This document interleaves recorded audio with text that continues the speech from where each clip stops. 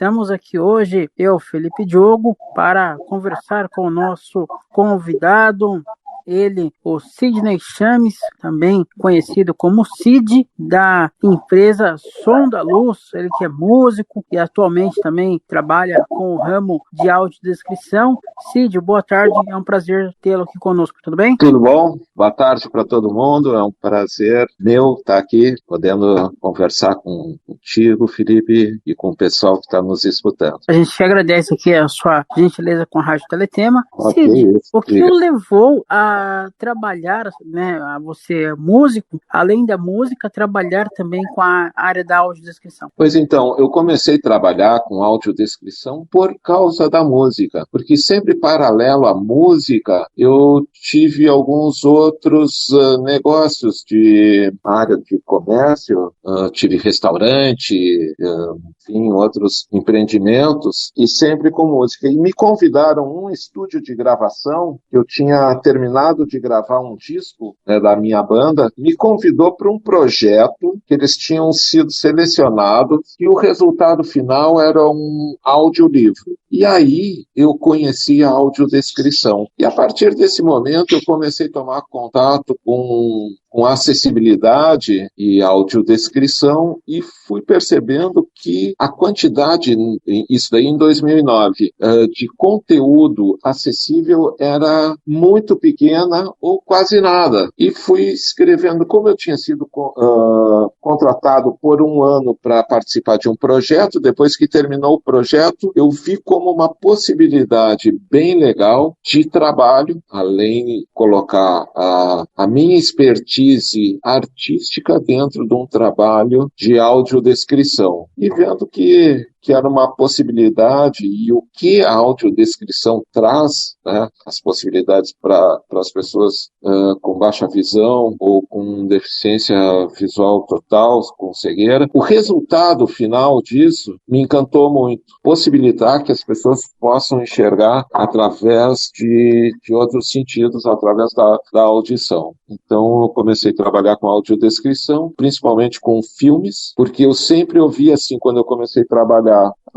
não tem, aquele filme não tem audiodescrição, aquele outro filme só tem filmes sobre a temática da deficiência, filme moderno não tem, e eu achei que eu poderia fazer algo diferente. Comecei a escrever, já que eu tinha conhecido a audiodescrição através de um projeto, comecei a escrever projetos de lei de incentivo, fui atrás. O primeiro projeto que eu escrevi, ele tinha uma previsão de 32 filmes, ficou um projeto gigante.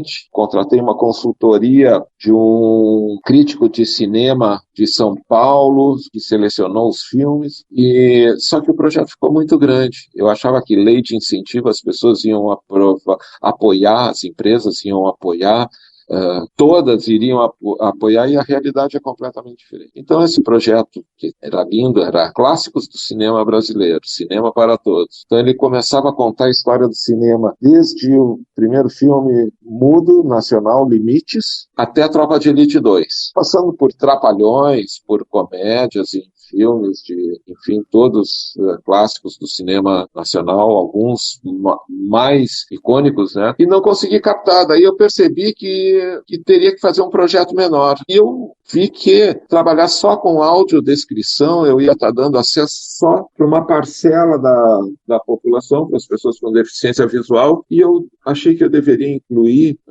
Libras e legenda descritiva. Então, escrevi o Festival de Cinema Acessível, com menos filmes, com 8 filmes nacionais, e com audiodescrição, libras e legendas, e aprovei Lei Rouanet e fui atrás e consegui captar. E apresentei. Esse foi o primeiro projeto que eu executei. Maravilha, Cid. E em relação aos filmes, você encontra mais dificuldade para fazer audiodescrição de filmes do que de outras coisas, por exemplo, como peças? Então, tu sabe, Felipe, que cada trabalho ele tem uma característica própria. Às vezes tem alguns filmes que são muito tranquilo fazer a audiodescrição e outros não. Depende de cada obra. Eu fiz a acessibilidade do Tempo e o Vento, e esse é um filme que ele tem longos momentos de silêncio na obra, que é imagem, paisagem, né, e cenas longas sem falas, E então é muito tranquilo fazer a descrição. Mas um cuidado que a gente toma é de manter a essência da obra. Se tem toda essa pausa longa, né, de silêncio na obra, de silêncio de falas, eu tenho que respeitar isso. Então não posso ficar preenchendo o tempo todo com descrição, senão o serviço da audiodescrição é dar acesso à obra. O mais importante, eu entendo, que é a obra. E o acesso que eu tenho que dar, ele tem que estar em harmonia com a obra. Então, no Tempo e o Vento, eu tenho que deixar momentos de silêncio, descrever a cena mais importante e manter a obra como foi concebida, né? Não ficar preenchendo. E peças de teatro também. Mas eu acho que o mais difícil nos trabalhos que eu encontro é fazer descrição, a audiodescrição de comerciais. Porque, às vezes, tem um comercial que ele tem narração de, por exemplo, de 1 minuto. Ele tem narração do início ao fim. Então, as brechas e eleger o que é fundamental para o entendimento dele em 1 minuto é muito mais difícil do que fazer numa obra fílmica, ou num curta-metragem, ou num longa-metragem. Então, para mim, eu acho que o mais difícil, assim, para a equipe que eu trabalho, são essas peças mais curtas, essas peças comerciais curtas. Então, eu fiz um trabalho recentemente que era um comercial de 1 minuto e daí tinha a redução dele para 30 segundos e depois tinha 2 peças de 6 segundos. E eu disse pro cliente, olha, essas de 6 segundos eu não tenho nem tempo de ser a logomarca do anunciante, né, do comercial. Então, esses são os trabalhos que eu acho que tem uma dificuldade maior, mas a gente faz, sempre tenta atingir um melhor resultado. Realmente quando tem assim um tempo muito curto, né, fica até difícil para colocar as falas, né, bem complicado. Essa edição fica muito complicada, né? Ô Cid, e em relação ao festival que vocês fazem, né, de filmes com acessibilidade, já vieram também pessoas de outros estados para acompanhar? Sim, é muito legal essa tua pergunta, porque quando eu fiz o primeiro projeto, esse que eu apresentei em 2015, eu apresentei só em Porto Alegre 8 filmes nacionais. E começou o pessoal do interior, de outros estados, e teve até do Chile que entraram em contato. Chile teve mais um país na América Central, que eu não me lembro agora, fizeram contato pedindo para levar o festival, os filmes com acessibilidade nas localidades. Eu consegui escrever projetos paralelos, depois de fazer acessibilidade, para levar para o interior do estado. Então, eu circulei aqui no sul em 34 cidades com 88 exibições. Depois veio a edição Kids. Quando veio a edição Kids, criada pelo meu filho, ficou muito mais popular, porque a gente foi para um programa nacional, programa da Fátima Bernardes, apresentar, porque ficou conhecido no Brasil o Festival de Cinema Acessível Kids, e a gente foi convidado meu filho foi convidado, eu fui como acompanhante.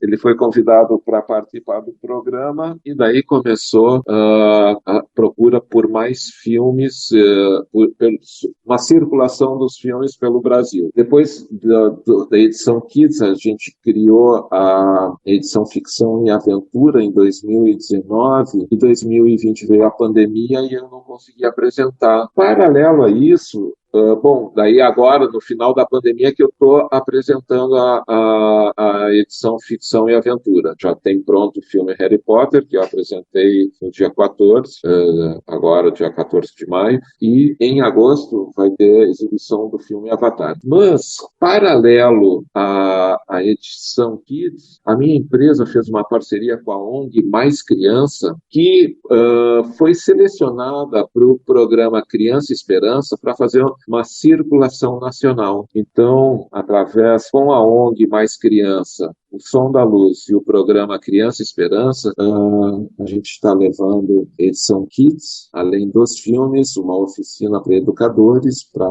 saberem qual a forma mais adequada de acolher os alunos com deficiência, alunos soropositivos do HIV e LGBT e outras minorias discriminadas, né? A princípio já tem 2 cidades marcadas, São Paulo e Natal, e estamos tentando marcar mais algumas cidades, Brasília, Campo Grande, Itacaré, na Bahia. Então, a gente está tentando montar junto com o programa Criança Esperança, Mais Criança e Som da Luz essa circulação. E é muito legal porque a resposta do Brasil, para nós, está sendo surpreendente em relação a isso. Porque é um projeto inovador, o formato que a gente apresenta, as tecnologias, e está tendo um retorno do público. Essa que eu acho mais legal, o público que usa as tecnologias para entender os filmes, um retorno muito legal, muito positivo em relação ao nosso trabalho. Maravilha, isso é muito importante. Aliás, essa parceria com o projeto Criança Esperança, né, que abrange o Brasil inteiro, um projeto já de muitos anos, isso é muito legal. Sim, nós estamos apresentando agora na edição 36. Então é um programa que o Brasil todo conhece, sabe da força, e isso nos mostra que o nosso trabalho tem qualidade, é um reconhecimento da qualidade, da seriedade que a gente trabalha, né? Ter essa chancela, ser selecionado para participar desse programa Criança Esperança, para nós é muito importante, nos motiva muito a continuar procurando sempre melhorar a qualidade da nossa entrega, né, da acessibilidade.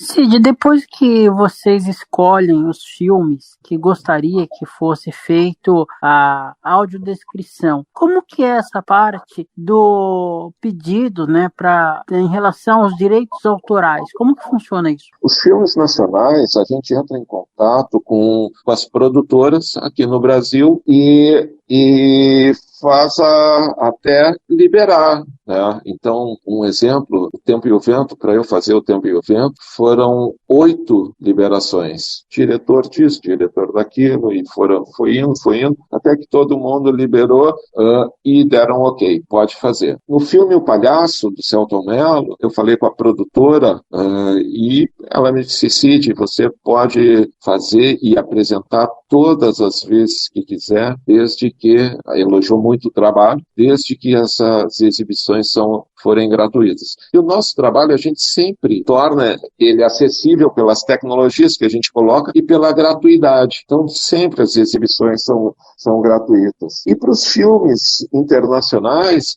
a gente entra em contato com um escritório aqui no Brasil que coordena a grande maioria das empresas, das multinacionais de cinema. Entra em contato e compra. Algumas salas de cinema têm a licença para exibição e outras a gente compra a licença individual. A gente paga para isso. Ah, ok. Então, algumas esse escritório e outras vocês acabam comprando a licença para poder transferir o filme para um recurso de audiodescrição. Não, a gente compra a licença para apresentar com o recurso, porque é uma exibição no cinema que é como as empresas ganham, né? Claro que algumas empresas no Brasil cobram também para eu poder exibir e a gente paga quando tem. Algumas entendem que a ação é importante e vai fomentar uma cadeia produtiva emergente, né, de audiodescritores, consultores, narradores, técnicos de áudio, enfim, toda a parte das outras acessibilidades também, que num filme até chegar, tipo o Festival de Cinema Acessível,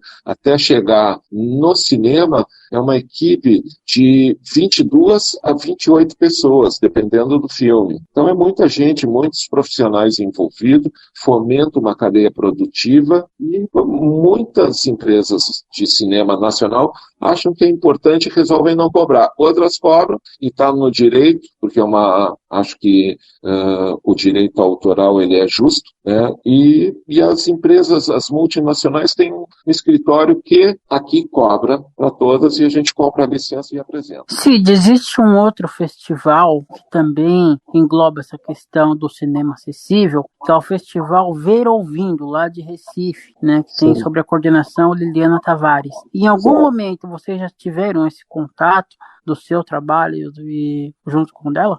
Sabe que quando eu comecei a apresentar em 2015, foi meu primeiro contato com a Liliane. A gente falou por Facebook, ou não me lembro qual era a rede, conversamos, ela estava bem interessada no meu trabalho, falou do trabalho dela. Ainda não se fazia no Brasil a audiodescrição aberta, era através de aparelhinho, né? E muitos fazem ainda assim, um receptor de tradução simultânea, né? E o Festival de Cinema Acessível, meu, ele era desde o início com a audiodescrição aberta. E com a Liliana, esse ano, eu fiz uma participação no Ver Ouvindo. Ela me convidou para falar na sala de festivais, porque o Festival de Cinema Acessível, ele é o segundo mais antigo do Brasil. O primeiro é o da Lara e o nosso, aqui o Festival de Cinema Acessível, é o segundo mais antigo. E foi muito legal conversar com a Liliana. Eu acho que esse convite que ela me fez para participar é o pontapé inicial para uma parceria que a gente vai manter. Eu acho que tem tudo a ver. Eu gosto do trabalho dela, ela produz o festival dela com maestria, sempre com os craques da audiodescrição participando. Eu acho que é só o início de uma parceria. E está dentro do nosso projeto para o ano que vem, para 2023, apresentar o Festival de Cinema Acessível, o Kids, esse é Serviço da Inclusão Educacional, em Recife. E se eu for para Recife, com certeza a parceria que eu vou ter local é a Liliana. Eu vou procurar ela, mas de pronto, né? Em relação ao Kids, como é que é o contato com as associações de pessoas com deficiência aí do Rio Grande de Porto Alegre, da Grande Porto Alegre e das cidades também próximas a Porto Alegre, mesmo do interior? Então, eu faço assim, uma exibição aberta primeiro para o público e normalmente quarta-feira seguinte eu faço uma exibição no sábado, na quarta-feira seguinte eu convido escolas do ensino convencional, públicas e privadas, e escolas e instituições que trabalham com crianças com deficiência. Porque eu acho que o assistir junto, crianças com deficiência e sem deficiência, na mesma sala e todos se divertindo, isso muda completamente o conceito do que se pode, o que não se pode, e trabalhar esses conceitos de inclusão na infância vai nos garantir uma sociedade ali na frente, não muito longe, muito mais inclusiva de forma natural. Então, eu vou convidando escolas, vou falando com as associações, com grupos e divulgando na mídia em geral. Um exemplo, quando eu comecei com a divulgação dessa nossa edição do Ficção e Aventura e avisei que teria a sessão para escolas, em 2, 3 dias a gente lotou as sessões. Então foi muito rápido, né? E aqui já é um festival que está consagrado, e isso, quando eu faço a circulação para as outras cidades, acontece a mesma coisa. O Kids, agora indo para São Paulo, ele também vai ter sessões para escolas. A gente vai circular em comunidades da periferia com o festival também. E é assim, a gente sempre fala com as secretarias de cultura, secretaria de educação, porque eu acho que a gente está falando de algo que muitas vezes não é ensinado, não é falado, nem em casa, nem nas escolas. Eu acho que é importante se falar, se oferecer a tecnologia e mostrar que é possível todo mundo estar junto no cinema. Sem dúvida, isso é muito legal, porque aos poucos vai colocando na cabeça das crianças, vai introduzindo né, a importância de se respeitar o colega, assistir com ele, né, vai passando esse aspecto realmente de inclusão, né, inclusão propriamente dita. Isso mesmo. E a criança é muito mais rápida. Teve uma sessão, que a primeira sessão que eu fiz, tinha uma escola de surdos e era uma escola privada. E quando eu vi, em seguida, todos no saguão do cinema, e quando eu vi, já estavam conversando. Estavam tentando. A criança não tem o preconceito que o adulto tem. Ela já vem bem mais livre para tentar se comunicar, tentar aprender. Então, se a gente não atrapalhar e mostrar algumas ferramentas necessárias para a comunicação inclusiva, eu acho que, bem, se a gente não atrapalhar as crianças, eu acho que a gente vai ter uma sociedade melhor rapidinho. Se a gente ferramentar, então vai ser muito mais rápido. Nós estávamos falando em off, você fez uma sessão recentemente que contou aí com cerca de 200 pessoas numa sessão, tá? Eu queria que você falasse um pouco sobre isso. Para mim, assim, a sessão que teve mais gente foi uma sessão que eu fiz e ainda a sessão para escolas, né? Fiz no SESI em Porto Alegre e era um teatro muito grande. Eu estava com muito medo que a sensação de vazio fosse prejudicar a apresentação, que é um teatro enorme. E tiveram nessa sessão no SESI, que para mim foi a que lotou mais, 810 pessoas. E para mim foi o recorde e foi maravilhoso. E daí já teve outras sessões com 200 pessoas. Recentemente, agora no dia 14, em plena pandemia, eu achei, e chuva em Porto Alegre, pandemia, chuva, era tudo para ser um fracasso a sessão agora, e a gente teve 94 pessoas, um público de 94 pessoas. Nesse momento é muito, muito, muito gratificante. Além das pessoas com deficiência visual e as pessoas surdas, né, que contemplam com as libras, vocês já tentaram ou já pensam em fazer uma sessão que contemple também os autistas com o som um pouco mais baixo, alguma coisa que contemple o público autista? Pois então, nas sessões a gente fala sempre em 3 tecnologias de acessibilidade, audiodescrição, libras e legendas. E a vice-presidente da Mais Crianças sempre me diz, são 4, a Cíntia Bonder, ela sempre me diz, são 4 tecnologias, porque a gente prepara o ambiente com uma luz de serviço no cinema, não deixa ele um breu total, e o som sempre ele é mais adequado, não é aquele som de cinema estourando que incomoda o público autista ou com alguma outra deficiência, com alguma deficiência intelectual ou cognitiva. Então, essa ambientação a gente cuida sempre nas sessões para realmente receber público autista ou com síndrome de Down ou quem não quer um som muito alto. E a gente fala nas sessões que algumas pessoas podem levantar, vão levantar, algumas pessoas vão sair da sala, vão voltar. Então, a sessão é assim. É uma sessão livre, né? Praticamente contempla todas as deficiências, todas as classes.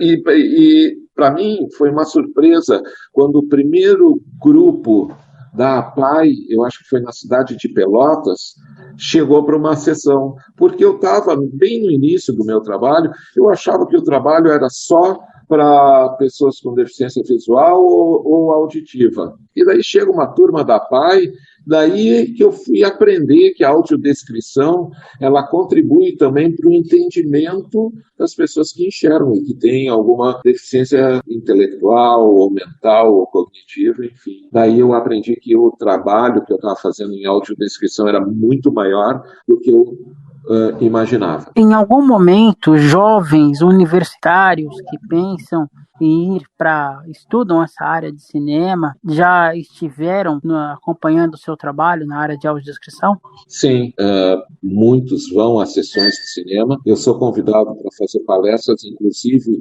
no dia 19 eu vou fazer uma palestra na PUC de Porto Alegre, sobre o trabalho de acessibilidade no conteúdo audiovisual no cinema.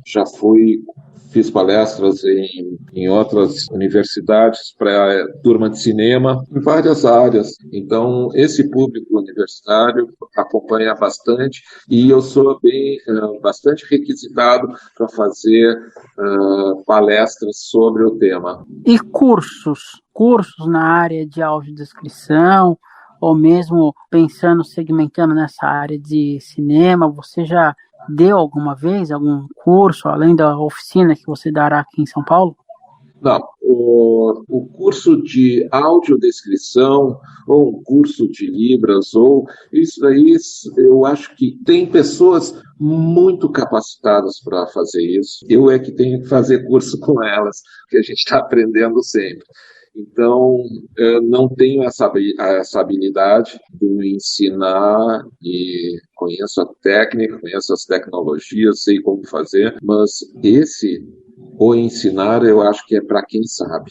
E é muito sério. E tem que ser feito de forma séria.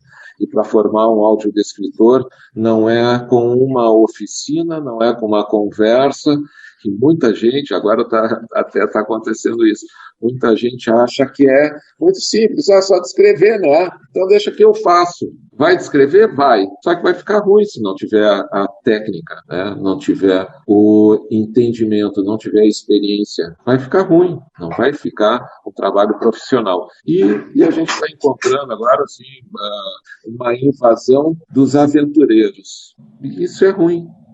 Isso é ruim porque as pessoas vão ter uma ideia errada do que é acessibilidade, do que é audiodescrição, e não vão levar como um trabalho sério. Fica com muita quantidade e pouca qualidade. Isso. Mas eu acho que o público que recebe a audiodescrição vai acabar selecionando o que presta e o que não presta. Porque essa invasão de aventureiros, né, isso tem em todas as áreas. Aventureiros, para não chamar de picaretas, né? Eu acho que esses aventureiros têm em todas as áreas e sempre vai ter, e eu acho que o consumidor é que vai eleger quem faz bem ou não, e tirar do mercado, ou fazer com que essas pessoas, esses aventureiros, se especializem. Né? E paralelo a seu trabalho com o som da luz, você também continua ainda na área da música? Continuo. Eu sou baterista, hoje eu estou tocando com uma banda de blues, uma banda com trabalho autoral, e em contato com a galera do Sombreiro Luminoso, para depois que der uma aliviada e que o Santiago Neto, que está na Bahia, voltar a Porto Alegre, a gente vai reunir a galera do Sombreiro para fazer uma circulação pelo estado. E também com uma outra banda de rock aqui do Sul, com os Eles, já tinha alguma agenda e veio a pandemia e nos trancou tudo.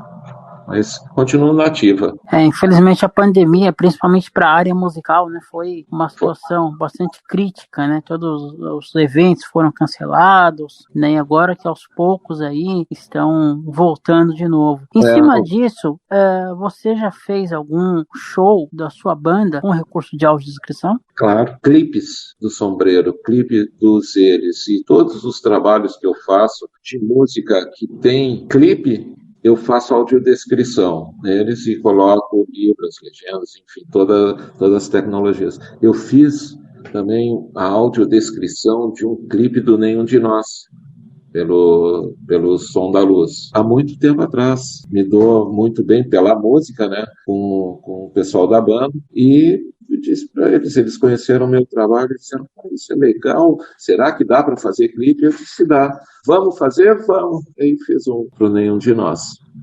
Então, e os meus trabalhos, então, não tenho como fazer diferente. Como é que eu vou mostrar o trabalho audiovisual sem acessibilidade? Eu acho que até para mim fica incoerente. Grande banda, Nenhum de Nós, sucesso até hoje, né? Uhum. A banda aí do Rio Grande do Sul, realmente um trabalho magnífico. E a questão de estádios, nós sabemos que há alguns anos atrás, até recentemente, inclusive também, teve alguns clubes que tentaram colocar audiodescrição em jogos. Você já teve alguma proposta para fazer isso? Sabe que eu acho que para mim o melhor exemplo de audiodescrição é a narração de um jogo de uma partida de futebol, que desde muito tempo se ouvia só no rádio, né? Quem não estava no campo assistindo, escutava pelo rádio. E aquilo ali para mim é um exemplo de audiodescrição perfeito. E eu acho que todos os jogos que tem, de vários esportes, que tem uma narração boa, já está descrevendo, né, através do rádio, o trabalho. Já me convidaram para fazer em estádio, mas daí não era descrever o evento, né, esportivo, era para fazer alguma campanha publicitária que ia passar nos telões, alguma coisa assim. Mas ainda não fiz, mas acho necessário e gostaria de fazer. Seria bacana. Já pensou um Grenal com audiodescrição? Pois então, eu acho que não tem uma audiodescrição melhor do que o narrador de rádio, né? Para fazer assim. Eu acho que eu ia perder para ele, pela expertise que os narradores, né, de partida de futebol, imagina. Eu acho toda a expertise que a minha equipe e os parceiros que eu trabalho têm, jamais iam conseguir fazer uma descrição como um profissional de rádio de futebol. Um profissional de rádio, né, ele tem realmente muita facilidade. O rádio ele é imagético, né, ele faz você Exato. imaginar a cena. Agora, no caso, um narrador de TV, como ele não precisa, a imagem vai aparecendo, então ele não precisa descrever com todas com todo o jeito que ele descreveria no rádio. Aí a TV já é um pouquinho diferente. Daí aquela coisa parada, porque ela soma o que ele está falando com a imagem da TV. Daí faz falta. Aí tu A tem câmera razão. lenta, aí põe a câmera lenta, aí você fica boiando. Daí fica a desejar mesmo. Aí falta uma audiodescrição, né, mesmo. Eu digo Mas, isso pela própria experiência de comentar futebol, né? Então, pela TV sim, você fica meio boiando. exatamente. Tu não sabe o que está acontecendo, porque o cara faz um comentário, ele não deveria ter feito isso. Isso o quê, né? Aconteceu alguma coisa que passou na imagem da TV e o comentarista disse, ele não deveria ter feito isso. Ele quem? Feito o quê? Então eu acho que realmente para a TV falta, acho que seria legal fazer audiodescrição. Já no rádio, o cara diz, fulano foi lá e empurrou o outro que não sei o que, e agora estão brigando, sabe? Ele descreve tudo, ou tirou a bola, ou a jogada, então é muito mais rico do que a narração do rádio do que a da TV. Sem dúvida. Fala pra gente aí os próximos eventos que você vai estar aí na audiodescrição, essas próximas semanas, o que teremos? Para o mês de junho, em São Paulo, junto com a ONG Mais Criança, no programa Criança Esperança, a gente tem em São Paulo, dia 6, no Clube A Hebraica, vai ter uma oficina para professores. No dia 7, vai ter 2 exibições do filme Malévola, com audiodescrição, libras e legenda, no auditório Arthur Rubinstein,